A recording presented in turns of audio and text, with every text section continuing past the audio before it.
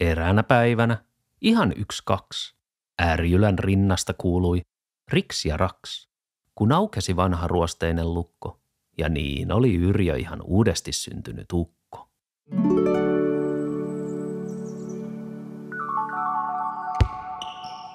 Eräs mies tuli Porista ja pelaa ammatikseen korista. Pituutta 3 metriä ja sentti. Nimeltään on hän, Johnsonin Pentti. Tässä kohtaa kettu tauon piti ja sen otsaan oli noussut hiki. Se hermostui jo siinä määrin, huusi tyhmän runon ruttuun kääri.